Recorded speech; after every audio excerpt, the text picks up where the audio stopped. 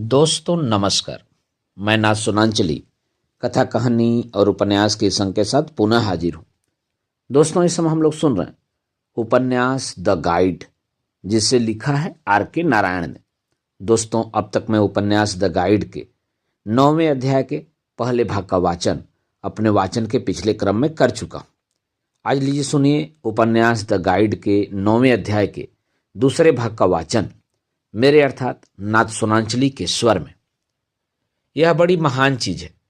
उसने जिंदगी भर इसके लिए मेहनत की है। पता नहीं पुस्तक कैसी होगी। वह पांडित्यपूर्ण पुस्तक है। हम लोगों की समझ में नहीं आएगी। जिन लोगों को इस विषय में रुचि है उन्हीं को यह पुस्तक मनोरंजक मालूम होगी। मैं उस पुस्तक को देखना चाहती हूँ। हम कहीं से इसे मंगवा नहीं सकते? अचानक उसने मेरे सेक्रेटरी को बुलाया। इससे पहले उसने ऐसा काम कभी नहीं किया था। मणि देखो, उसने तस्वीर दिखाकर कहा, मुझे यह किताब मंगवा दो। मणि नजदीक आया। पत्रिका का पैराग्राफ पढ़ने के बाद वह किसी सोच में पड़ गया। फिर उसने मेरी तरफ देखकर जवाब दिया, ठीक है मैडम। मैंने फौरन उससे कहा, जल्दी से वह खत जाकर खुद पोस्ट ऑफिस में डाल आओ और लेट भी लगा देना। वह चला गया। नलिनी वहीं बैठी रही। जब तक मेहमानों से मिलने के लिए उसे नीचे नहीं बुलाया जाता था वह खुद नीचे नहीं आती थी। आज कौन सी परेशानी उससे आश्चर्यजनक बातें करवा रही थी। मैं क्षण भर के लिए सोचता रहा कि भीतर जाकर पुस्तक ले आऊं या नहीं, लेकिन फिर वह मुझसे बहुत सी सफाइयां मांगेगी, इसलिए मैंने सारे मामले को वहीं दबा दिया। वह वापस अपने कमरे में चली गई। बाद में मैंने देखा कि उसने अपने पति की तस्वीर काटकर ड्रेसिंग टेबल के शीशे से चिपका दी है। मुझे इस बात से सदमा पहुंचा। मैं इस बात को मजाक समझकर टाल देना चाहता था, लेकिन मुझे उपयुक्त शब्द नहीं मिल रहे थे, इसलिए मैं चुप रहा। मैं शीशे की तरफ से अपनी नजरें दूर हटाकर गुजर जाया करता था। आजकल हम लोग मालगुड़ी में थे, वरना हम सफर कर रहे होते और मुमकिन था कि इलेक्ट्रिड वीकली का वह अंक हमें न मिलता। तीसरे दिन तड़के बिस्तर पर लेटे लेटे उसने सबसे पहला सवाल पूछा, तुमने किताब कहाँ रखी है? तुम्हें किसने बताया? उसकी परेशानी क्यों? मैं जानती हूं कि किताब तुम्हारे पास आई है। मैं उसे देखना चाहती हूं। अच्छा, मैं कल दिखा दूंगा। जाहिर था कि मणि इसके लिए जिम्मेदार था। मैंने घर में यह नियम बना लिया था कि मेरे सेक्रेटरी की नलिनी तक सीधी पहुंच न हो, लेकिन अब यह नियम टूटता जा रहा था। मैंने तय किया कि इस गलती के लिए मणि को सजा दूंगा। नलिनी तकिए का सहारा लेकर पत्रिका पढ़ने का उपक्रम कर रही थी। दरअसल वह झगड़ा करना चाहती थी। अचानक वह पूछ बैठी, तुमने इस बात को मुझसे छिपाना क्यों चाहा? मैं इस बात के लिए तैयार नहीं था, इसलिए मैंने कहा, क्या हम इस मामले पर कल बातचीत नहीं कर सकते? इस वक्त मुझे नींद आ रही है। वह झगड़े पर उतारू थी। बोली, एक शब्द में कारण बताकर फिर तुम सो सकते हो। मैं नहीं जानता था कि तुम पुस्तक में इतनी दिलचस्पी लोगी।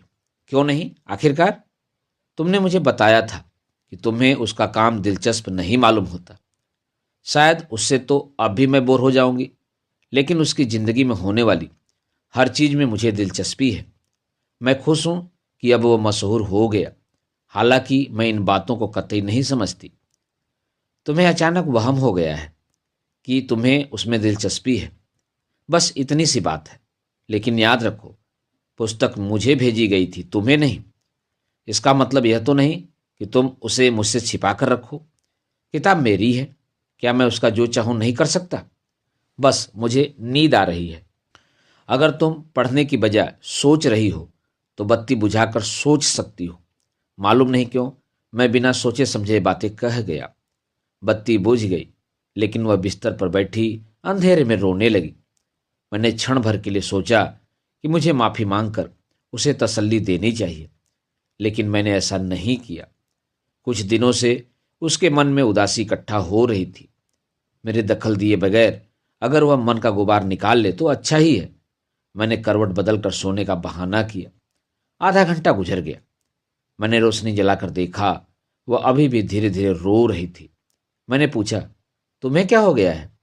जो भी हो वो मेरा पति है। बिल्कुल ठीक कहती हो, लेकिन इसमें रोने वाली तो कोई बात नहीं है। उसकी ख्याति से तुम्हें खुशी होनी चाहिए। हुई है, उसने कहा। तो फिर रोना बंद करके सो जाओ। जब मैं उसकी बात करती हूं तो तुम चिढ़ते क्यों हो? मैं समझ गया कि अब सोने से कोई फायदा नहीं था। मुझे चुनौती मंजूर कर लेनी चाहिए। मैंने जवाब दिया। कारण पूछती हो? तुम्हें याद नहीं है उसने कब और कैसे तुम्हें छोड़ा था? याद है। मेरे साथ यही होना चाहिए था। अगर कोई और पति होता तो वह मेरा गला घोंट देता। उसने महीने तक मेरे साथ रहना बर्दाश्त किया, मेरी करतूतों को जानते हुए भी। तुम एक ही घटना के बारे में दो ढंग से बात करती हो। मेरी समझ में नहीं आता कौन सी बात सच है। मैं नहीं जानती। हो सकता है मैंने उसे समझने में गलती की हो। जो भी हो, वह मुझ पर मेहरबान था। वह तो तुम्हें छूने के लिए भी तैयार नहीं था। यह ताना देना जरूरी है? उसने अचानक विनयपूर्वक कहा। मैं उसे समझ नहीं पाया था। पिछले कई महीनों से मैं उसके साथ खाता, सोता और रहता आया था, लेकिन मैं उसके मन को रत्ती भर भी समझ नहीं सका था। उसकी मनस्थिति कैसी थी? उसका दिमाग सही सलामत था या वह पागल थी? क्या वह झूठी थी? क्या मुझ पर डोरी डालने के लिए उसने पहले अपने पति पर इतने सारे इल्जाम लगाए थे और अब लगता था कि वह मुझसे उकता गई थी? क्या अब वह मुझ पर भी इल्जाम लगाएगी और मुझे बेवकूफ़ और अहमक बताएगी? मैं बहुत परेशान और दुखी हो गया। पति के प्रति अकस्मात उसकी भावुकता मेरी समझ से बाहर थी। अचानक यह कौन सी भावना उसके सर पर सवार हो गई थी? मैंने उसे सुखी बनाने के लिए भरसक कोशिशें की थी। वह ख्याति के शिखर पर पहुंच गई थी। अब भला उसे कौन सी चीज परेशान कर रही थी? क्या मैं उस चीज को समझकर उसका इलाज बता सकता था? बहु व्यस्तता के पेशेवर जीवन में मैं बहुत सी चीजों पर अनायास अपना अधिकार समझ बैठा था। मैंने कहा, हमें कहीं छुट्टी मनाने के लिए जाना चाहिए। कहाँ? उसने भावुकता रहित स्वर में पूछा। मैं भौचक्का रह गया। कहाँ? कहीं भी, कहीं न कहीं। हम हमेशा कहीं न कहीं जाते रहते हैं। इससे क्या फर्क पड़ेगा? हम सिर्फ छुट्टी मनाने के लिए जाएंगे, डांस के प्रोग्राम के बगैर। मेरा ख्याल है यह तब तक मुमकिन नहीं होगा जब तक मैं बीमार नहीं पड़ जाती या मेरी जांघ की हड्डी नहीं टूट जाती, उसने कहा। और वह दुष्ट ढंग से हंसने लगी। जानते हो, कोल्हू के बैल लगातार चक्कर काटते रहते हैं। मैं उठकर बैठ गया और बोला, इस बार के प्रोग्राम को खत्म करके हम लोग चलेंगे। 3 महीने बाद? हाँ। उसके बाद हम कुछ दिन आराम करेंगे। उसे इस बात पर रत्ती भर यकीन न हुआ। मैंने कहा, अगर तुम्हें किसी शो का प्रोग्राम न पसंद आए तो तुम इनकार कर सकती हो। किससे? वह, मुझसे और किससे? हाँ, अगर एडवांस लेने से पहले तुम मुझसे जिक्र करोगे तब ना। मामला गंभीर होता जा रहा था। मैंने आत्मीयता लाने के लिए उसके बिस्तर पर बैठकर उसके कंधे को झटका देते हुए पूछा, क्या बात है? क्या तुम सुखी नहीं हो? नहीं, मैं सुखी नहीं हूं। तुम क्या कर लोगे? मैंने हार मान ली थी। अब सचमुच मैं कुछ नहीं कर सकता था। अगर तुम बताओगी कि क्या बात है तो मैं तुम्हारी मदद कर सकता हूं। जहां तक मैं देख सकता हूं, तुम्हारे जीवन में दुख का कोई कारण नहीं। तुम प्रसिद्ध हो गई हो, तुम्हारे पास पैसा है, आजादी है। तुम डांस करना चाहती थी, तुम्हारी वह इच्छा भी पूरी हो गई है। इतनी पूरी हुई है कि मैं तंग आ गई हूं, उसने टिप्पणी जोड़ी। लगता है मैं उन तोतों की तरह हूं जिन्हें पिंजरे में डालकर गांव के मेले में घुमाया जाता है, या सर्कस के बंदर की तरह हूं, जैसा कि मार्को कहा करता था। मैंने सोचा कि शब्दों की बजाय हंसी ज्यादा कारगर सिद्ध होगी। शब्दों में से और शब्द निकलते हैं, लेकिन जोर के ठहाके से सुनने वाले के कान बहरे हो जाते हैं और उसमें सब चीज समा जाती है। मैंने जानबूझकर हंसी का दौर पैदा कर लिया। अब नलनी ज्यादा देर उदास नहीं रह सकती थी। उसे भी हंसी की छूत लग गई। देखते देखते उसकी मुस्कुराहट हंसी में बदल गई और उसका सारा शरीर झूमने लगा। उसके सारे संदेह और उदासी हंसी के विस्फोट में उड़ गए। सोने के वक्त हम बहुत खुश थे। आधी रात गुजरे 2 घंटे हो गए थे। इस छोटी सी गड़बड़ के बाद हमारी जिंदगी फिर यांत्रिक साँचे में ढल गई। 3 दिन के बाद मैं पूरी तरह से ताश के खेल में खो गया और अब हमारी मुलाकातें बहुत कम हो गईं। जब मिलते थे तो मामूली बातचीत ही होती थी। वह आजकल खोई खोई रहती थी, इसलिए उसके गुस्से को ज्यादा न उकसाने का सबसे अच्छा तरीका यही था कि उससे दूर दूर रहा जाए। दक्षिण भारत में आगामी 3 महीने संगीत और नृत्य की बहार के थे। हमारे प्रोग्राम भी बुक हो चुके थे, जिन पर मैं भारी एडवांस ले चुका था। हमें 2000 मील का सफ़र करके फिर मालगुड़ी लौटना था। इस प्रोग्राम को पूरा करने के बाद वह आसानी से अपने मूड पर काबू पा सकती थी। फिर मैं आसानी से उसे 3 महीने के प्रोग्राम में झोंक सकता था। इस प्रोग्राम में ढील देने का मेरा कोई इरादा नहीं था। ऐसा करने से कोई लाभ नहीं होता, बल्कि ढील देना आत्महत्या के समान मूर्खतापूर्ण साबित होता। मेरा एक ही टेक्निक था कि किस तरह उसको 3 महीने तक संतुष्ट रखा जाए। बिना किसी विशेष घटना के हमारे प्रोग्राम पूरे हो गए थे। हम मालगुड़ी वापस लौट आए थे। मणि 2 दिन के लिए बाहर गया था और मैं मेज पर जमा हुए डाक के ढेर को खुद छांट रहा था। डांस के निमंत्रणों को मैंने एक ओर रख दिया। साधारण तौर पर मैं उन निमंत्रणों को फौरन स्वीकार कर लेता था, लेकिन इस बार मुझे हिचकिचाहट हुई। मैंने महसूस किया कि जवाब देने के पहले नलिनी से बात कर लेना ठीक रहेगा। निश्चय ही वह उन्हें स्वीकार कर लेगी, लेकिन उसे लगेगा कि उससे भी राय ली गई है। मैं खतों को छांटने लगा। अचानक एक खत मेरे हाथ में आ गया, जो रोजी उर्फ नलिनी को लिखा गया था। लिफाफे के ऊपर मद्रास के एक वकील की फर्म का पता छपा था। कुछ देर के लिए मेरी समझ में नहीं आया कि उस खत का क्या करूं। नलिनी शायद ऊपर अपनी कोई कभी न खत्म होने वाली पत्रिका पढ़ रही थी। मुझे खत खोलने में घबराहट महसूस हो रही थी। मेरे जी में आया कि खत उसके पास ले जाऊं। मेरे भीतर के विवेक ने कहा, आखिरकार यह नलिनी का मामला है, वह बालिग है और उसी को यह मामला निपटाना चाहिए। लेकिन यह विवेक क्षणभंगुर सिद्ध हुआ। यह खत कई दिन पहले रजिस्ट्री से आया था। मणि ने उसे मेज पर रख छोड़ा था। लिफाफे पर बड़ी सी मुहर थी। कुछ देर के लिए मैंने खत की तरफ देखा और अपने को समझाया कि मैं मुहर से डरने वाला नहीं हूं। मैंने काट कर लिफाफा खोल लिया। मैं जानता था कि अगर मैं उसके खतों को खोल लूंगा तो वह बुरा नहीं मानेगी। यह खत एक वकील ने भेजा था। उसमें लिखा था, श्रीमती जी, अपने मुवक्किल के निर्देशानुसार हम एक आवेदन पत्र आपके हस्ताक्षरों के लिए भेज रहे हैं। कृपया निशान वाली जगह पर हस्ताक्षर करके वापस भेज दें, ताकि बैंक के सेफ में से जेवरात की संदूकची निकाली जा सके। इसके बाद हम अपने मुवक्किल के दस्तखत भी ले लेंगे। चूंकि आप जानती हैं कि संदूकची आप दोनों के नाम से जमा की गई है। उचित समय पर ये जेवरात आपको बीमा करवा के भेजे जाएंगे। मुझे खुशी हुई कि अब नलिनी को और जेवर मिलने वाले थे। निसंदेह उसे बड़ी खुशी होगी। लेकिन यह संदूकची कितनी बड़ी थी? जेवरों की कीमत क्या होगी? कुछ देर तक ये सवाल मेरे मन को परेशान करते रहे। मैंने खत को दोबारा पढ़ा ताकि कोई संकेत मिल जाए, लेकिन वकील ने नपे तुले शब्दों का इस्तेमाल किया था। मैं खत लेकर नलिनी को देने के लिए जाने लगा, लेकिन जीने पर पहुंचकर मैं ठिठक गया। अपने कमरे में जाकर मैं कुर्सी पर बैठकर सोचने लगा, मुझे इस मामले पर दोबारा गौर करना चाहिए। जल्दी किस बात की है? मैंने अपने आप से पूछा। जहां उसने संदूकची की इतने दिन प्रतीक्षा की है, वहां 2 दिन और लग गए तो कुछ फर्क नहीं पड़ेगा। खैर, उसने कभी इस बात का जिक्र नहीं किया। शायद उसे परवाह भी नहीं है। मैंने वह खत शराब की अलमारी में रख कर ताला लगा दिया। यह अच्छी बात थी कि मणि वहां नहीं था, नहीं तो शायद वह सब गुड़ गोबर कर देता। इसके बाद कुछ मेहमान आ गए। उनसे बातचीत करने के बाद शाम को मैं कुछ मित्रों से मिलने के लिए बाहर चला गया। मैंने अपने दिल को बहलाने की बहुत कोशिश की, लेकिन बार बार उस लिफाफे का ख्याल मुझे सताने लगा। मैं देर से घर लौटा। ऊपर जाने में मुझे हिचकिचाहट हुई। ऊपर से घुंघरुओं की आवाज़ आ रही थी। मैं समझ गया कि नलिनी अभ्यास कर रही है। अपने दफ्तर में जाकर मैंने फिर शराब की अलमारी से वह खत निकाला और उसे सावधानी से खोलकर पढ़ा।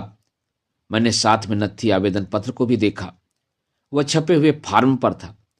नलिनी के बाद मार्को के हस्ताक्षर होने थे, लेकिन अब इसको भेजने में उस आदमी का क्या उद्देश्य था?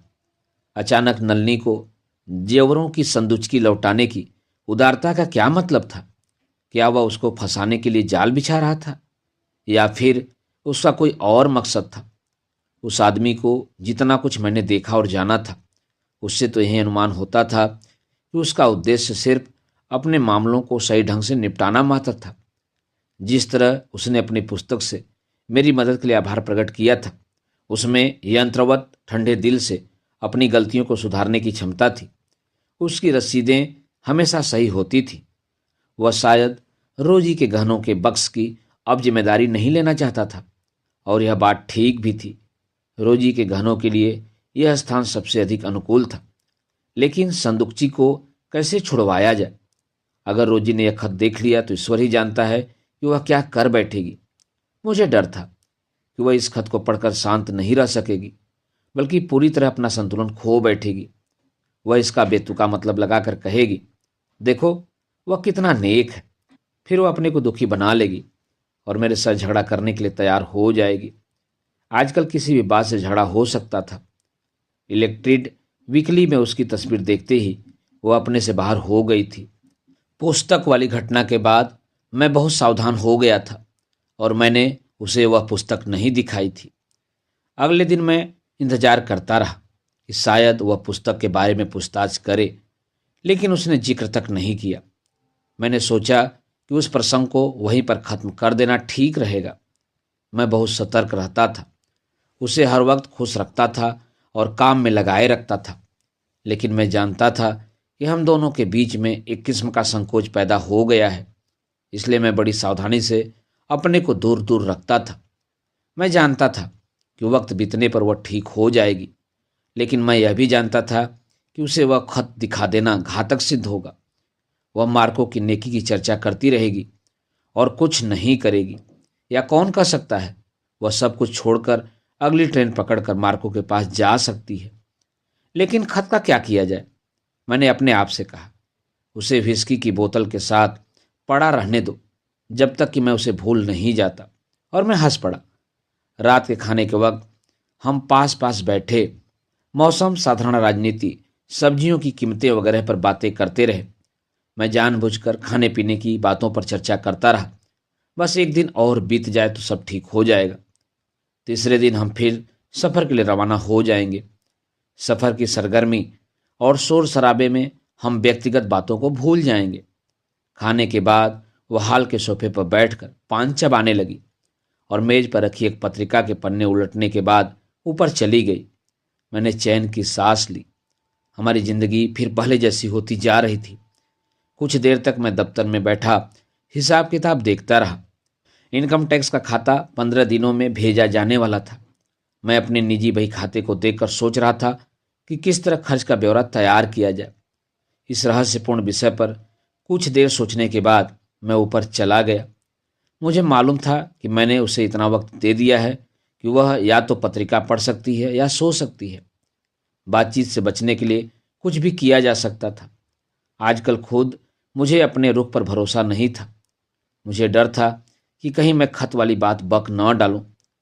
तकिए पर सर रखते ही मैंने यह फार्मूला दोहराया, मेरा ख्याल है कि मुझे नींद आ जाएगी।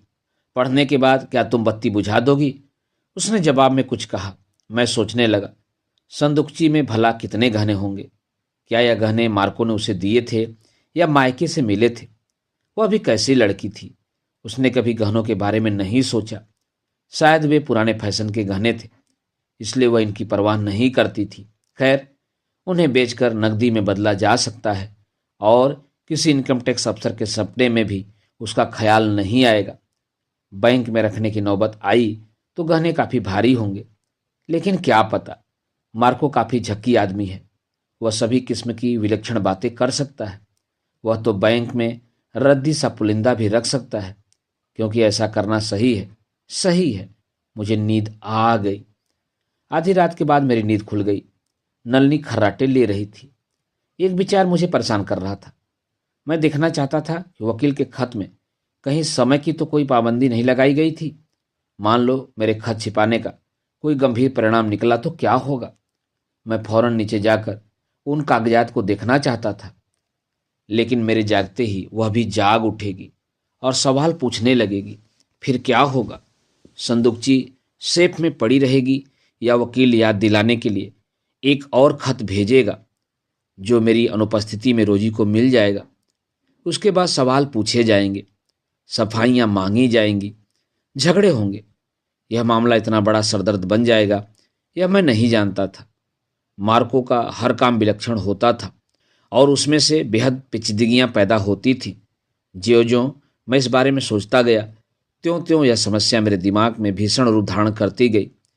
मुझे ऐसा लगने लगा मानो मेरी जेब में बारूद भरा हो। 5 बजे तक मेरी नींद उचाट रही। फिर मैंने शराब की अलमारी खोली और उन कागजात का मुआयना किया। मैंने कई बार उस पत्र की एक एक पंक्ति पढ़ी। वकीलों ने लिखा था, लौटती डाक से वापस कीजिए। मुझे यह आदेश अत्यंत महत्वपूर्ण मालूम होने लगा। मैं लिफाफे को दफ्तर के डेस्क पर ले गया और एक कागज उठाकर मैंने रोजी के दस्तखत बनाने का अभ्यास किया। हर रोज मैं उससे इतने ज़्यादा चेकों और रसीदों पर दस्तखत करवाता था कि उसके दस्तखत मेरे लिए नितांत परिचित हो गए थे। फिर मैंने आवेदन पत्र को खोलकर निशान वाली रेखा पर लिखा रोजी नलनी और उसे वकील द्वारा भेजे गए एक लिफाफे में बंद करके मुहर लगा दी। सुबह 7:30 बजे जब हमारा ब्रांच पोस्ट ऑफिस खुला तो मैं सबसे पहले खिड़की के आगे खड़ा था। पोस्ट मास्टर ने पूछा, इतनी जल्दी आप खुद आए हैं? मेरा सेक्रेटरी बीमार है, मैं सुबह सैर करने इधर आया था, मेहरबानी करके इसकी रजिस्ट्री कर दीजिए। मैंने कहा, इस डर से कि कहीं गैरेज का दरवाज़ा खुलने से नलनी जाग न जाए मैं पैदल ही चला आया था। गहनों की संदूकची कब और कैसे आएगी यह मुझे ठीक से मालूम नहीं था। मैं रोज पूछता, डाक से कोई पार्सल आया है मड़ी? यह पूछना एक आदत सी बन गई थी। मेरा ख्याल था कि अगले 2 दिनों में पार्सल आ जाएगा, लेकिन अभी उसके कोई आसार नहीं थे। हमें 4 दिन के लिए शहर से बाहर जाना पड़ा। जाने से पहले मैंने मड़ी से कहा, हो सकता है कोई बीमाशुदा पार्सल आए। डाकिए से कहना कि मंगलवार तक वह पार्सल अपने पास ही रखे, मैं लौट कर ले लूँगा। डाक खाने वाली ऐसी चीज़ें जमा रखते हैं ना? जी जनाब, लेकिन रजिस्टर्ड पार्सल तो मैं भी दस्तखत करके छुड़वा सकता हूँ। नहीं नहीं, यह बीमाशुदा पार्सल है और इस पर हम दोनों में से एक के दस्तखत होंगे। पोस्टमैन से मंगलवार को आने को कहना। ठीक है जनाब, मणि ने कहा और मैंने वहीं चर्चा खत्म कर दी, वरना वह बात आगे बढ़ाता। हम लोग मंगलवार को वापस आ गए थे। जो ही रोजी ऊपर चली गई मैंने मणि से पूछा, क्या पार्सल आया था? नहीं जनाब, मैं डाकिया का इंतजार करता रहा, कोई पार्सल नहीं आया। क्या तुमने डाकिया को बताया था कि हमारा बीमाशुदा पार्सल आने वाला है? जी जनाब, लेकिन हमारे नाम कोई पार्सल नहीं था। अजब बात है, वकील ने लौटती डाक से लिखा था। मालूम होता है उन्हें सिर्फ दस्तखतों की जरूरत थी। शायद मार्को खुद गहने की संदूकची हथियाना चाहता था, इसलिए उसने यह प्रपंच रचा था। लेकिन वकील का खत मेरे पास था, मैं उन्हें सीधा कर सकता था। उसकी कोई चाल कामयाब नहीं हो सकती थी। मैंने शराब की अलमारी में से फिर खत निकाल कर पढ़ा। उन्होंने साफ शब्दों में वादा किया था, हम बीमाशुदा पार्सल भेजेंगे। अगर वकील के खत का कोई मतलब नहीं होता तो फिर किसके खत का मतलब होता है? मैं कुछ सकपका गया, लेकिन मैंने अपने आप को तसल्ली दी कि आखिरकार खत आएगा ही। बैंकों और वकीलों से आप जल्दबाजी नहीं करवा सकते। उनके काम करने के अपने ढंग, अपनी रफ्तार होती है। इन्हीं बुद्धू देर करने वालों की वजह से ही देश का सर्वनाश हो रहा है। मैंने खत को वहीं रखकर ताला लगा दिया। मैं चाहता था कि हर बार मुझे खत पढ़ने के लिए शराब की अलमारी के पास न जाना पड़े। नौकरों को अलमारी का पता था। वे सोचते होंगे कि मैं हर कुछ मिनटों के बाद विस्की के घुट पीने जाता हूँ। डेस्क के भीतर खत रखना ठीक रहेगा, लेकिन मुझे शक हो गया था कि शायद मणि उस खत को देख लेगा। अगर मुझे बार बार इस खत को पढ़ते देखा जाए तो जरूर उस खत को पढ़ना चाहेगा और कोई सवाल पूछने का बहाना करके मेरे पीछे आ खड़ा होगा और चुपके से खत पढ़ लेगा। वह कितना मक्कार था। कई महीनों से वह मेरे यहाँ काम कर रहा था। अभी तक मैंने उसमें कोई दोष नहीं देखा था, लेकिन अब वह और बाकी सब लोग भी मुझे शैतान, मक्कार और दुष्ट मालूम होते थे। उस रोज शाम को 60 मील दूर कालीपेट नामक एक छोटे शहर में हमारा प्रोग्राम था। संयोजकों ने साजिंदों के लिए एक वैन तथा मेरे और नलनी के लिए एक प्लाई माउथ गाड़ी भेजी थी, ताकि हम शो के बाद उसी रात को घर लौट आएं। यह शो किसी मैटरनिटी होम के लिए कोष इकट्ठा करने की खातिर आयोजित हुआ था। उन लोगों ने 70,000 रुपये इकट्ठे कर लिए थे। 250 रुपये तक की टिकटें भी थीं। व्यापारियों ने इस शर्त पर टिकटें ली थी कि उन्हें पहली कतार में सबसे नज़दीक की सीटें मिलेंगी। वे नर्तकी के करीब बैठना चाहते थे ताकि नर्तकी उन्हें देख सके। उनका ख्याल था कि नाचते वक्त नलिनी उनकी तरफ देखेगी और बाद में पूछेगी पहली कतार में वे बड़े बड़े आदमी कौन थे। उन बेचारों को क्या मालूम था कि नलिनी अपने दर्शकों को किस दृष्टि से देखती थी। वह अक्सर कहा करती थी, मेरी नज़रों में तो वे लकड़ी की ठूठों की तरह हैं। मैं जब नाचती हूँ तो किसी के चेहरे की तरफ नहीं देखती। हाल में मुझे बस एक अंधेरा सा कुआं दिखाई देता है। अफसरों की दिलचस्पी की वजह से इस समारोह को बड़े पैमाने पर आयोजित किया गया था। अफसरों ने इसलिए दिलचस्पी ली थी क्योंकि मुख्य संयोजक प्रांतीय मंत्रिमंडल का सदस्य था। उसकी महत्वाकांक्षा थी कि इस इलाके में एक बहुत शानदार मैटरनिटी होम खोला जाए। इन परिस्थितियों को देखते हुए मैंने खर्च के लिए अपनी मांग घटाकर 1,000 रुपये कर दी थी, जिसका मतलब था कि हमें इनकम टैक्स से मुक्ति मिल सकेगी। फिर सामाजिक कार्यों में चंदा देना भी मुझे पसंद था। हमें भी अच्छी खासी आमदनी होने वाली थी। लेकिन नलिनी के लिए कोई फर्क नहीं था। फर्क सिर्फ इतना था कि हम ट्रेन की बजाय कार से जा रहे थे। उसे इस बात की खुशी थी कि हम उसी रात को वापस लौटने वाले थे। समारोह के लिए बांसों और नारियल के चटाइयों में से एक विशाल पंडाल बनाया गया। उसे भड़कीले कपड़ों, झाड़ियों, फूलों और रंगीन रोशनियों से सजाया गया था। रंगमंच का डिजाइन इतना सुंदर था कि नलिनी ने, जो सिर्फ फूलों के हारों की ओर ध्यान देती थी, कहा, कितनी खूबसूरत जगह है, यहाँ नाच कर मुझे बहुत खुशी होगी। पंडाल में करीब 1,000 आदमी बैठे थे। हमेशा की तरह मेरे संकेत पर नलिनी ने अपना प्रोग्राम गणेश पूजा शुरू किया। वह हाथ में पीतल का दिया लेकर स्टेज पर आई। 2 घंटे बीत चुके थे। नलिनी 5वां डांस सर्प नृत्य कर रही थी। आज वह असाधारण ढंग से नाच रही थी। मुझे इस डांस में हमेशा से दिलचस्पी थी। वाद्य बजते ही सर्प गीत शुरू हो गया और नलिनी स्टेज पर आई। उसने धीरे धीरे अपनी उंगलियों को पंखे की तरफ फैला लिया। उसकी गोरी हथेलियों पर स्पॉटलाइट डाली जा रही थी। उसके हाथ सांप के फन की तरह दिखाई दे रहे थे। उसके सर का मुकुट चमचमा रहा था। रोशनियों का रंग बदलने लगा। संगीत के स्वर मध्यम पड़ने लगे। वह धीरे धीरे फर्श पर झुकने लगी। अंतरा में सांप को नाचने के लिए कहा गया था। यह सांप शिव जी की जटाओं, पार्वती की कलाई से लिपटा था। देवधाम कैलाश में इस गीत में सर्प के रहस्यपूर्ण गुणों की प्रस्तुति की गई थी। लय में एक जादू था। यह नलिनी का सबसे सुंदर नृत्य था। उसका सारा शरीर किस लय के साथ कंपित हो रहा था। इस गीत ने सर्प को छिपकर रहने वाले रेंगने वाले जीव की कोटि से उठाकर एक अलौकिक जीव और देवताओं का आभूषण बना दिया था। यह डांस 45 मिनट में खत्म हो गया। दर्शक मुग्ध भाव से देखते रहे। इस डांस ने मेरा दिल मोह लिया था। यह डांस नलिनी कभी कभी ही किया करती थी। वह हमेशा कहती थी कि इस डांस के लिए खास किस्म के मूड की ज़रूरत होती है। वह मजाक में कहती थी कि इतने ज़्यादा हिलने डुलने से उसका शरीर थकान से चूर हो जाता था और वह कई दिनों तक सीधी खड़ी नहीं हो सकती थी। मुझे लगा जैसे मैंने ज़िंदगी में वह डांस पहली बार देखा हो। मुझे अपनी माँ के शब्द याद आए जो उसने पहले दिन नलिनी को देखकर कहे थे, इस सपेरन से सावधान रहना। माँ के विचार से मैं उदास हो गया। वह यह डांस देखती तो कितनी खुश होती। रोजी को यह चमकदार पोशाक और मुकुट पहने देखकर वह क्या कहती। मुझे अफसोस हुआ कि मेरे और मेरी माँ के बीच दरार पड़ गई।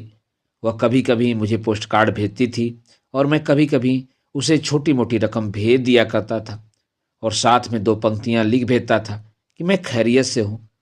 माँ मुझसे पूछती थी कि मैं कब अपना घर उसे लौटाऊंगा। उसके लिए बहुत बड़ी रकम की ज़रूरत थी और मैंने अपने आप से कहा कि फुर्सत मिलते ही मैं उस तरफ ध्यान दूंगा। खैर, जल्दी किस बात की थी। माँ गांव में काफ़ी खुश थी। उसका भाई अच्छी तरह उसका देखभाल करता था। न जाने क्यों माँ ने रोजी के साथ जो बर्ताव किया था उसके लिए मैं उसे कभी माफ़ नहीं कर सकता था। माँ के साथ मेरे अच्छे संबंध थे, लेकिन हम एक दूसरे से दूर रहते थे। यही सबसे अच्छा इंतजाम था। नलिनी को देखते हुए मुझे अपनी माँ का ध्यान आ रहा था। इसी वक्त संयोजकों में से एक आदमी धड़धड़ाता हुआ मेरे पास आया और कहने लगा, जनाब, आपको बाहर बुलाया गया है। कौन बुला रहा है? जिले का पुलिस सुपरिटेंडेंट। उसे कह दो कि मैं इस डांस के बाद बाहर आऊँगा। वह चला गया। पुलिस सुपरिटेंडेंट, उसके साथ तो मैं ताश की बाजियां लगाता था। इस वक्त उसे कौन सा काम पड़ गया? सभी अफसर पंडाल में मौजूद थे। मिनिस्टर के लिए सोफा अभी भी खाली पड़ा था। भीड़ और ट्रैफिक पर काबू पाने के लिए अतिरिक्त पुलिस बुलाई गई थी। इस डांस के बाद जब पर्दा नीचे गिरा तो तुमुल करतल ध्वनि हुई और मैं बाहर आ गया। पुलिस सुपरिटेंडेंट बाहर खड़ा था। उसने वर्दी के बजाय सादे कपड़े पहन रखे थे। मैंने कहा, हेलो, मुझे नहीं पता था कि तुम भी यहाँ हो, वरना तुम मेरे साथ कार में आ सकते थे। बहुत से लोग हमें देख रहे थे, इसलिए वह मेरी आस्तीन पकड़कर मुझे एक तरफ ले गया। हम बाहर एक लैंप के नीचे एकांत में चले गए। वहाँ उसने फुसफुसा कर कहा, मुझे सख्त अफसोस है, लेकिन मेरे पास तुम्हारी गिरफ्तारी का वारंट है। यह हेडक्वार्टर से जारी हुआ है। मैं संकोच से मुस्कुराया। अभी भी मुझे उस पर विश्वास नहीं हो रहा था। मेरा ख्याल था कि वह मुझसे मजाक कर रहा था। उसने एक कागज निकालकर कहा, हाँ, उसकी बात सच थी। मार्को की शिकायत पर जाली दस्तखत बनाने के इल्जाम में मेरे नाम वारंट जारी किया गया था। मैं किसी सोच में पड़ा था। सुपरिटेंडेंट ने पूछा, क्या हाल ही में तुमने उस महिला की तरफ से किसी कागज पर दस्तखत किए थे? हाँ, वह व्यस्त थी, लेकिन आप उसे जाली दस्तखत कैसे कर सकते हैं? तुमने फार लिखा था या सीधे दस्तखत कर दिए थे? उसने सवालों की बौछार शुरू कर दी थी। यह संगीन इल्जाम है। उम्मीद है कि तुम अपनी जान छुड़वा लोगे, लेकिन फिलहाल तो मुझे तुमको हिरासत में लेना पड़ेगा। मुझे हालात की संजीदगी का एहसास हुआ और मैंने फुसफुसा कर कहा, मेहरबानी करके इस वक्त कोई तमाशा नहीं होना चाहिए। शो के बाद घर लौटने तक आप रुकें। मुझे तुम्हारे साथ कार में चलना पड़ेगा। वारंट की तामील होने के बाद तुम जमानत का इंतजाम कर सकते हो। इससे तुमको छूट मिल जाएगी, लेकिन उससे पहले तुमको मेरे साथ मजिस्ट्रेट के पास चलना होगा। वहीं जमानत पर तुमको छोड़ सकता है। मेरे पास कोई अख्तियार नहीं है। मैं हाल में जाकर सोफे पर बैठ गया। वे लोग मेरे लिए हार लाए। किसी ने उठकर नर्तकी और मिस्टर राजू को धन्यवाद दिया, जिनकी मदद से 70,000 से ऊपर चंदा इकट्ठा हो गया था। वक्ता भारतीय नृत्य कला, कला में उसके स्थान, दर्शन और उद्देश्य के बारे में लंबी चौड़ी बातें बखान रहा था। उसका भाषण चलता रहा। वह स्थान हाई स्कूल की प्रबंध कमेटी का सम्मानित चेयरमैन या ऐसे ही किसी ओहदे का आदमी था। उसके भाषण के बाद खूब तालियां बजी। उसके बाद और भी भाषण हुए। मैं अप्रसन्न बैठा था और मुझे कोई बात सुनाई नहीं दे रही थी। न ही मुझे उन लोगों के शब्दों में कोई दिलचस्पी थी। भाषण लंबा था या छोटा, इसकी भी मुझे कोई परवाह नहीं थी। प्रोग्राम खत्म होने पर मैं नलिनी के ड्रेसिंग रूम में गया। वह कपड़े बदल रही थी। कमरे के आसपास बहुत सी लड़कियां खड़ी थीं। उनमें कुछ तमाशबीन थीं, कुछ नलिनी के दस्तखत चाहती थी। मैंने नलिनी से कहा, हमें जल्दी चलना होगा। फिर मैं अपने चेहरे को सनेद बनाकर बरामदे में गया, जहां सुपरिटेंडेंट खड़ा था। मैंने चेहरे पर लापरवाही और उल्लास लाने की कोशिश की। पहली कतार में बैठने वाले लोगों ने बारीकी से नलिनी के नृत्य की प्रशंसा की। वह सब कलाकारों से श्रेष्ठ है। किसी ने कहा, मैं पिछले 50 साल से नर्तकियों को देखता आ रहा हूं। मैं इस किस्म का आदमी हूं जो भूखा रहकर भी डांस देखने के लिए 20 मील पैदल चलता है। लेकिन इससे पहले मैंने कभी वगैरह वगैरह। जानते हैं, यह प्रसूति गृह अपने ढंग का पहला अस्पताल होगा। एक हिस्से का नाम हमें जरूर मिस नलिनी के नाम पर रखना चाहिए। उम्मीद है आप फिर आएंगे। हम आप दोनों को उद्घाटन समारोह में बुलाना चाहेंगे। क्या आप हमें नलिनी जी की एक तस्वीर दे सकते हैं? हम उसे बड़े आकार में बनवाकर हाल में लटकाना चाहेंगे। इससे दूसरे लोगों को भी प्रेरणा मिलेगी। और कौन जानता है कि इस इमारत में कोई ऐसी प्रतिभाशाली बालिका पैदा हो जो आपकी विख्यात पत्नी के चरण चिन्हों पर चलकर महान कलाकार बन सके। मुझे उनकी बातों में कोई रुचि नहीं थी। जब तक नलिनी बाहर नहीं आई तब तक मैं सर हिलाकर हाँ हाँ करता रहा। मैं जानता था कि नलिनी को नज़दीक से देखने के लिए और उससे एकाध बात करने की खातिर ही लोगों ने मुझे घेरा था और वे मुझसे बातें कर रहे थे। हमेशा की तरह नलिनी अपना हार हाथ में लेकर आई थी। मैंने उसे अपना हार भी दे दिया। पुलिस सुपरिटेंडेंट बेतलकुफी से प्लाई माथ गाड़ी की तरफ बढ़ा। भीड़ मक्खियों की तरफ हमारे आसपास जमा होने लगी। ड्राइवर ने दरवाज़ा खोला। मैंने अधीर स्वर में नलिनी से कहा, भीतर बैठो। फिर मैं उसकी बगल में बैठ गया। एक पेड़ से लटकती हुई गैस की रोशनी में नलिनी के चेहरे का एक हिस्सा चमक रहा था। हवा में धूल की गहरी परत जमा थी जिसे भीड़ मथ रही थी। सारी सवारियां, कारें, बैलगाड़ियां और इक्के भोंपू बजाते हुए एक साथ चल पड़े थे। पहियों की चरमर सुनाई दे रही थी। कुछ दूरी पर कुछ पुलिस के सिपाही खड़े थे। जब हमारी कार चलने लगी तो उन्होंने पुलिस सुपरिटेंडेंट को सैल्यूट किया। वह ड्राइवर के साथ अगली सीट पर बैठा था। मैंने नलिनी से कहा, हमारा दोस्त हमारे साथ वापस शहर चल रहा है। करीब 2 घंटे का रास्ता था। थोड़ी देर तक वह शो के बारे में बातें करती रही। मैंने उसके डांस के बारे में अपनी राय दी और बताया कि उसके सर्प नृत्य के बारे में लोग क्या कह रहे थे। उसने कहा, तुम इस डांस से कभी नहीं उकताओगे। फिर सब खामोश होकर सुस्ताने लगे और घर पहुंचने का इंतजार करने लगे। हमारी कार देहाती सड़क पर टुनटुनाती घंटियों वाले बैलों की लंबी कतारों के पीछे छोड़कर आगे बढ़ती जा रही थी। मैं फूहड़ ढंग से उसके कानों में फुसफुसाया, इन घंटियों की आवाज़ तुम्हारे घुंघरुओं जैसी है। ज्यों ही हम घर पहुंचे, नलिनी ने मुस्कुराकर पुलिस सुपरिटेंडेंट से विदा ली। गुड नाइट कहकर वह घर में गायब हो गई। पुलिस सुपरिटेंडेंट ने मुझसे कहा, चलो अब जीप में चलें। जीप फाटक के बाहर खड़ी थी। मैंने प्लाई माउथ गाड़ी लौटा दी और कहा, मैं कहता हूँ मेहरबानी करके मुझे थोड़ा सा वक्त दो, मैं नलिनी को बताना चाहता हूँ। ठीक है, देर मत करो, हमें आफत मोल नहीं लेनी चाहिए। मैं जीना चढ़कर ऊपर गया। वह मेरे पीछे पीछे आया। वह बाहर खड़ा था। मैं नलिनी के कमरे में चला गया। उसने इस तरह मेरी बात सुनी जैसे मैं किसी पत्थर के खंभे से बात कर रहा हूँ। अभी भी उसका विस्मित, भ्रमित चेहरा मेरी आंखों के सामने आ जाता है। वह स्थिति को समझने की कोशिश कर रही थी। मेरा ख्याल था कि वह पछाड़ खाकर गिर जाएगी क्योंकि वह छोटी छोटी बातों पर परेशान हो जाती थी, लेकिन इस बात का जैसे उस पर कोई असर नहीं पड़ा। उसने सिर्फ इतना कहा, मैं जानती थी कि तुम सही काम नहीं कर रहे हो, यह कर्म है, हम क्या कर सकते हैं। फिर जीने पर आकर उसने पुलिस अफसर से कहा, जनाब हम लोग क्या करें, क्या बचने का कोई रास्ता नहीं है। श्रीमती जी, इस वक्त तो मेरे अख्तियार में कुछ नहीं है। इस वारंट पर जमानत नहीं मिल सकती, लेकिन शायद कल आप आवेदन दे सकती हैं कि इस मामले पर फिर से गौर किया जाए। लेकिन कल तक कुछ नहीं हो सकता जब तक मजिस्ट्रेट के सामने आवेदन पत्र नहीं पहुंचेगा। अब वह मेरा दोस्त नहीं बल्कि भयंकर रूप से कानून बघारने वाला आदमी था। दोस्तों, अभी आप सुन रहे थे उपन्यास द गाइड के 9वें अध्याय के दूसरे भाग का वाचन मेरे अर्थात नासुरांचली के स्वर में। दोस्तों, उपन्यास द गाइड के हिंदी अनुवाद के अंतिमवें अध्याय अर्थात 10वें अध्याय का वाचन अब मेरे वाचन के अगले क्रम में सुन सकते हैं। तो जुड़े रहिए कथा, कहानी और उपन्यास के साथ। धन्यवाद। नमस्कार।